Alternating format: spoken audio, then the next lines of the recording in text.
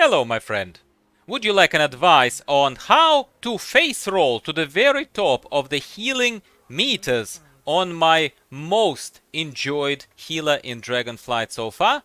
Well, this video is for you. This is primarily for beginners and casuals who don't take themselves too seriously and who are not here up after super optimized builds. I never pretend that my builds are, but this is yet another amazingly enjoyable, probably the most enjoyable healer for me personally right now in Dragonflight. And it also happens to be very easy to climb to the top of healing meters, if that is something that rocks your boat and if that's something that makes you enjoy the game more. I don't judge. Like, I mean, some people are after performance, some people want to top DPS meters, some people want to top healing meters by not sweating too much. We are obviously playing a Preservation Evoker. Preservation Evoker kinda heals in two different ways and sometimes heals synergistically in a hybrid way. They have green spells and they have bronze spells. Green spells are kinda direct healing, very resemblant of something that is kinda a mixture of druid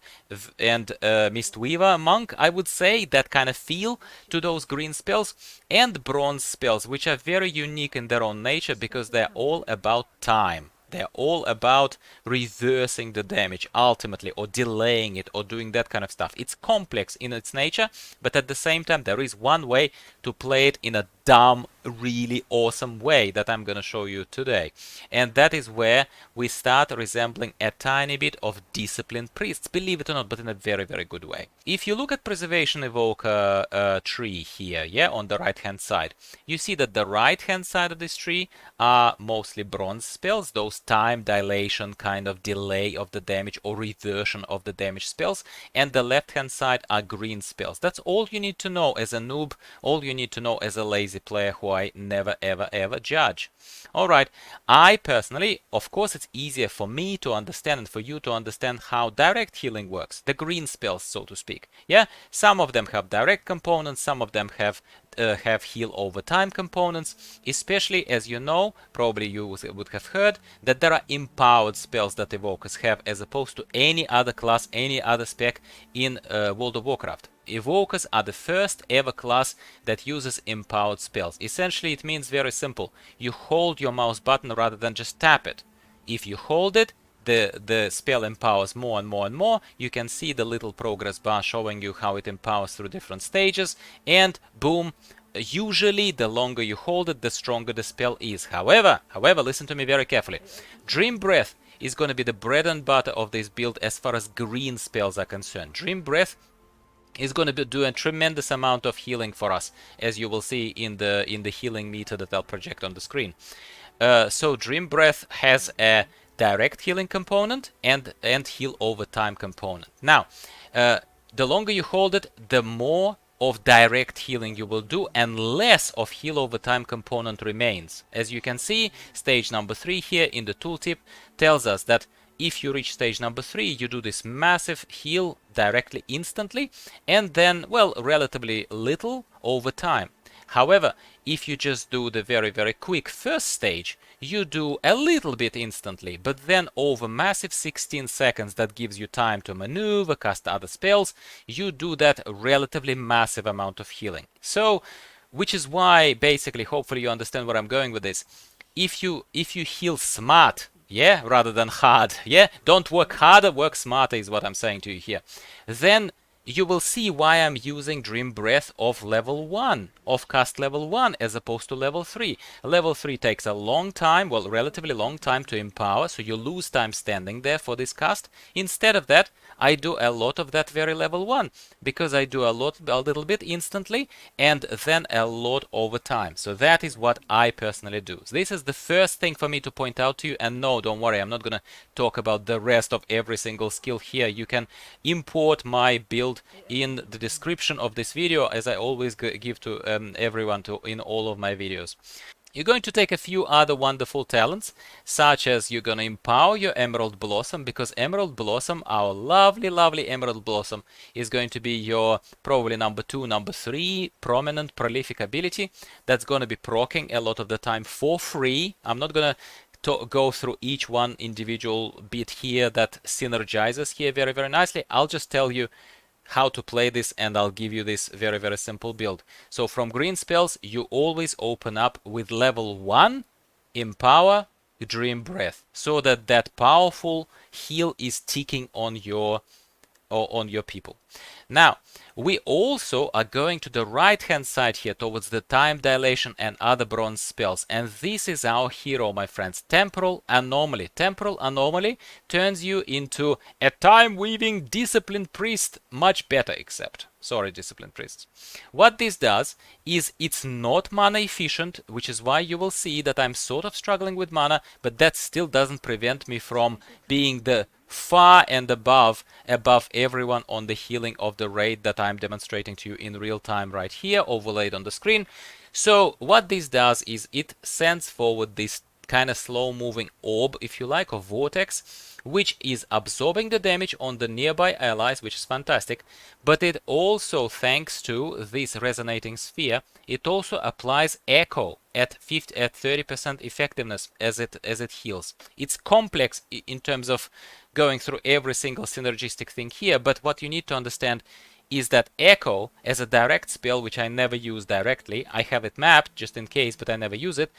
It is healing for a tiny bit, but it also causes your non-echo spell to resonate and cast an additional time. What does it mean? It means that if I do an echo on myself right now, and then I do Living Flame on myself, it will cast twice. Yeah? It will cast twice. So, imagine if we are shooting Temporal Anomaly, and it goes ahead and it applies echo on the allies in front of us, and then we start very instantly. First of all, you can see that how Emerald Blossom procced for free right now while it was glowing. So that's when I shoot, I throw Emerald Blossoms everywhere, right? But while Temporal Anomaly is applying that echo for free and shielding allies in front of me, yes, quite expensively mana-wise, I start shooting Living Flame everywhere, and I will give you my macro, my mouse over macro. You know me by now if you have been following my videos. I am a mouse over macro man. I heal with mouse over macros. In this particular case, it's fantastic because it allows me to, if I mouse over an enemy, Living Flame will hurt the enemy if I'm soloing and doing questing or whatever. If I'm mouse overing, I don't have to click anything. If I'm mouse overing a friendly, it will heal them. Yeah, so it's a very, very convenient way to cast Living Flame in a very, very good way. So essentially, Temporal Anomaly procs free Living Blossom, Emerald Blossoms, and it gives me an ability to shoot Living Flame, duplicating that living flame shots because of the echo effect. Once again, to repeat, I know I've been blasting through this, but I don't want to make this video super duper crazy long. All you need to do, my friends, is you need to take your time if you're trying to study this. Take my build, go through this build and import it. Lower left hand corner where the drop down says default layout, you open this thing, you say import, and you import my string over here.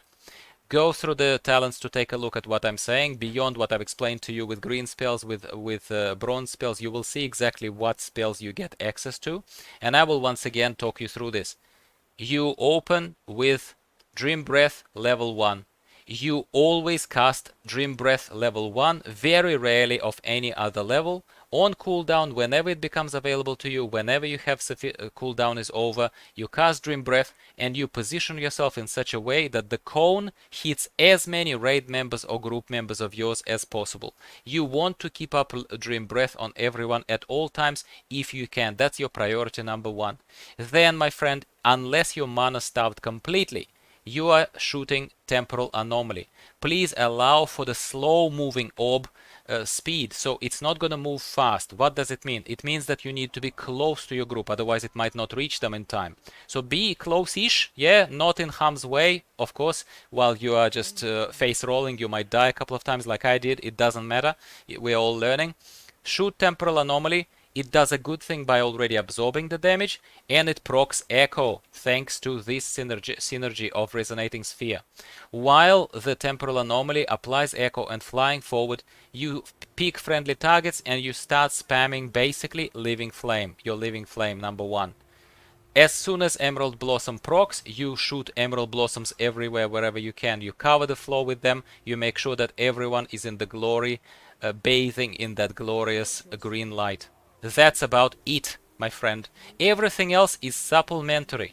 What is supplementary here? Alright, Emerald Communion on 3 minutes cooldown occasionally gives you a chance to restore a little bit of mana, which is fortunate. Unfortunately, it's not too much mana, but it's okay. It also restores 20% of your health, and overhealing is transferred to nearby ally. Can you rely on it as a source of healing for your raid? No. Does it help? Yes, absolutely it does. We also have Source of Magic. Source of Magic, I simply forgot in this demo recording, I simply forgot to apply it to a healer, to a friendly healer straight away, but it's supposed to help you because at the start, and it works, this buff works for 30 minutes, which is nice. At the start of the raid, you apply this to some friendly healer, and when you cast an empowered spell, which in our case, for example, is Dream Breath, or for example is Spiritbloom, which I'll talk about in a second, you will be, according to this, restoring 0.25% of their maximum mana per empowered level. It is nice. It is a nice little thing which allows you to not run out of mana with your very mana intensive use of Temporal Anomaly. Once again, in case you have not been listening, start listening to start with. It's a very good advice that I can give you. And secondly, this is not a very efficient build, and the way I play it is certainly not mana efficient. But as far as the healing pump out, I don't think you can argue with the results, and we are doing it for fun here. Next, we have on a slow 4-minute recharge, we have 2 shots of Rewind. Rewind is one of those bronze spells, you guessed it, that are unwinding 25% of damage done to the in the last 5 seconds to all allies within 40 yards. It always heals for at least 10,000, which is a lot. So if raid starts taking heaps of damage, you just tap that and boom, you give them a lot of health. Then you have supplementary heals, which I almost never use, but sometimes I do in this kind of dumbed down but very fun build. You have a lovely Reversion. Reversion is cool. Reversion is alright. Reversion is instant, which is very good. You can do it on the go. Reversion is a bronze spell, which is set basically healing, undoing the damage done to the to your friend over 12 seconds. It's like a heal over time. Yeah, and when it's critically heals, its duration is extended even by a few seconds, which is nice. Nice enough. Then I have Spiritbloom. Hey, do you need Spiritbloom? Probably not. You probably can get away without it here if you can somehow modify the build and free up some points that can be your homework. You can do that in your own time if you want to. I occasionally, when there is nothing else to do and when Dream Breath is on cooldown, I occasionally use it. It's a very powerful heal. It's a very powerful heal. It heals an ally by 42,000 points. It's a lot, okay? It's a lot. And in this particular case, however, empowerment is not about splitting the direct heal versus heal over time. It's about the longer you hold it, the more allies get healed. Great, fantastic. On number 4, I have here Renewing Blaze on 1 minute cooldown. It's a very nice defensive kinda I'm too busy healing everyone, I forget about myself. But it's pretty cool because on 1 minute cooldown, you can for 8 seconds basically not shield yourself from damage, but you can mitigate incoming damage. 100% of that damage, it will be healed back to you over the next 8 seconds as long as you don't die from that damage, of course, because nothing is going to save you from that. So that's cool. Guys, and girls, that's all I use. That's all I use here to climb in a very dumb, very fun, hopefully I convinced you way, to the top of healing meters, at least when I do easy, chill content, but it can get hectic, it can get quite intense, I'm sure you would agree, especially with sort of semi-disorganized groups like Looking for Raid, LFR is running. I love Drakthir. I absolutely love Drakthir. I love how it plays. My item level is not that crazy high, 367 at the moment of recording of this video. It is not an optimized build, as I said many times already, but I have to keep repeating it because someone always seems to miss it and then tries to tell me off in the comments below. Don't bother. And yeah, I hope you've enjoyed this. If you did, please give me a like, because that's the only and main way for you to tell me, other than commenting below, because that's even better, that I'm doing something right and you're enjoying these videos and you would like similar, easy, casual friendly, beginner friendly videos from me that are highly, highly unpretentious. At the very least, that's how they intended to be, and I hope that's how they're coming across. Please subscribe for more. I play World of Warcraft. I occasionally play Path of Exile, in case you play Path of Exile, or occasionally you get a bit bored of World of Warcraft and you would like to change the pace, as I do sometimes. Lately I've been spending a lot of time in World of Warcraft, but I've also started dabbing again back into Path of Exile on the side a tiny bit. As you can see, it doesn't affect production of content for World of Warcraft in any case, so no harm done. But do let me know if you're interested in Path of Exile as well, and if you're still one of my Path of Exile players and would like to see what I'm doing in there. No harm done. I can record another video to tell you what builds I'm doing there. Thanks again for watching. Lengthy, slightly ranty video, but I was very excited to show this to you. I hope you enjoyed this. Have a nice night.